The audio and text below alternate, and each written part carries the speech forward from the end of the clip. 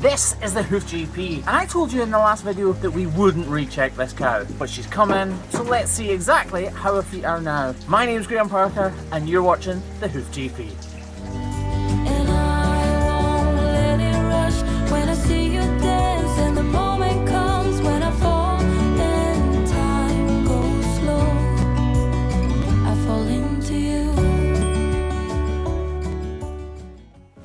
So this little cow came in 2 weeks ago when we were filming with the sheep game, Cammy Wilson. And I could put my whole thumb in the back of her heel. I actually said that we wouldn't be revisiting her, but this farm want to make sure that she's doing really well and definitely on the road to recovery.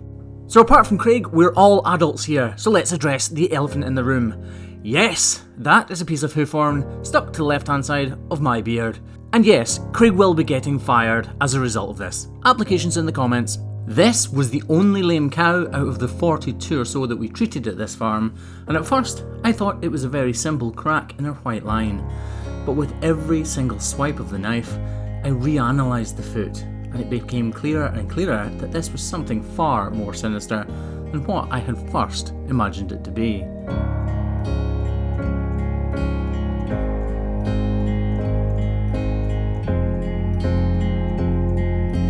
We're constantly looking at the foot, trying to understand what is under the surface of the horn, but sometimes that's not possible with knife work alone, and you need to get your hands more than a little dirty, which is why you can see me feeling underneath the surface of the hoof horn to see whether or not it's detached, or whether in fact it is still intact. Having discovered that it is indeed all detached, we need to remove all of that loose and overburdening horn, so we make our way around the lesion site, trying not to draw blood unless it's absolutely unavoidable.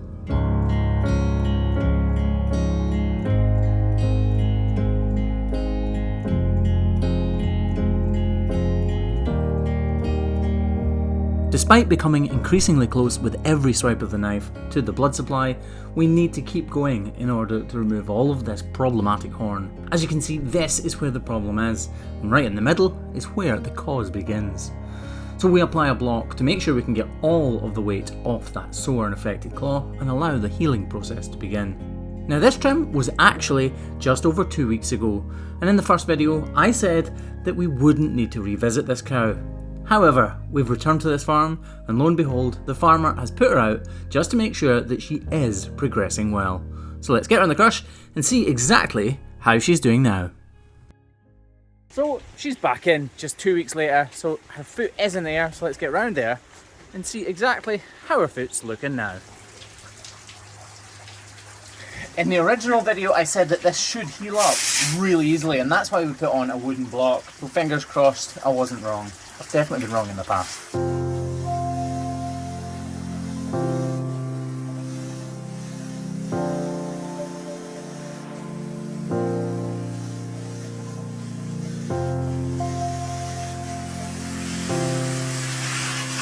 That's what you call water pressure. So if you remember rightly, I could put my whole thumb right in this cavity here.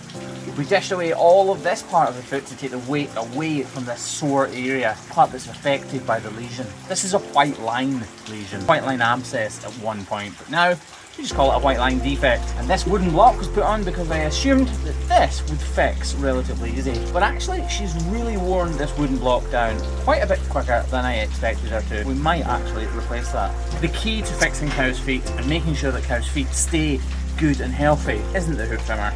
I'd love to take the credit for it, but it really isn't.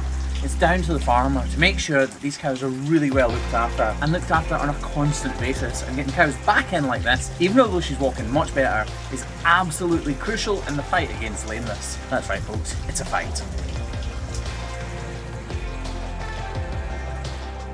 When you trim a cow like this, one that's already on the path to recovery, you need to be exceptionally careful. One slip of the knife and you could reverse all of the good work you've done. So right now, I'm concentrating with everything I have to make sure that I don't make that mistake.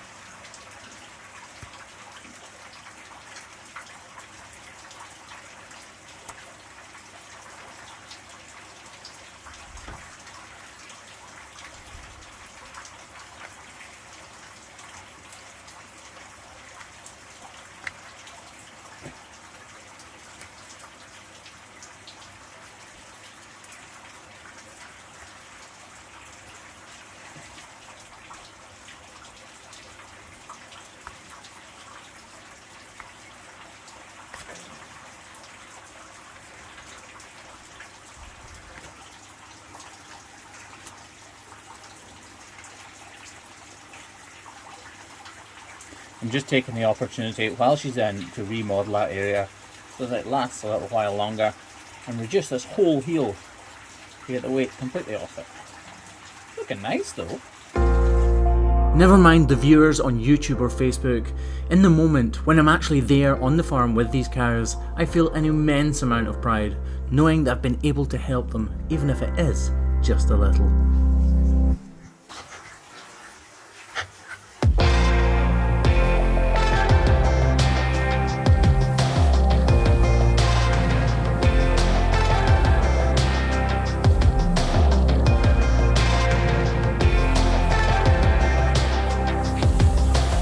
So as you can see, that is where the lesion began, right there, and it's the part that I said was causing the problem initially. It's completely healed up now. I don't want to scratch this out. This is just dirt. There's no openness or anything to that at all. But also, if you look, there's not a great height difference between these 2 feet now, even with the block. So we're going to remove that and put another wooden block in its place. So we're actually working with a new type of block now. All you need to do is throw the paper towel at it, like that. Now, I'll be honest, this glue is expensive, so I won't name it. It's BoviBond, really. So we actually just ground down that old block. We left it about half thickness because it's still super dry in there and it's going to add even more height to this good claw. In the original video, I said that she probably wouldn't need revisited, and if we had left her to her own devices, I'm more than sure that she would have completely recovered. Now, I'm 100% certain adding this new block will definitely see her all the way through to the finish line. Let's see how she's walking. It has only been 2 weeks since we first trimmed this cow, but yet there is still a very clear difference. These cows have an awesome ability to overcome the problems they have with just a little bit of our help. And just like that, she's back to the green pastures of home. Thanks for watching, guys. Make sure you've subscribed and leave a comment below if you like Craig's job.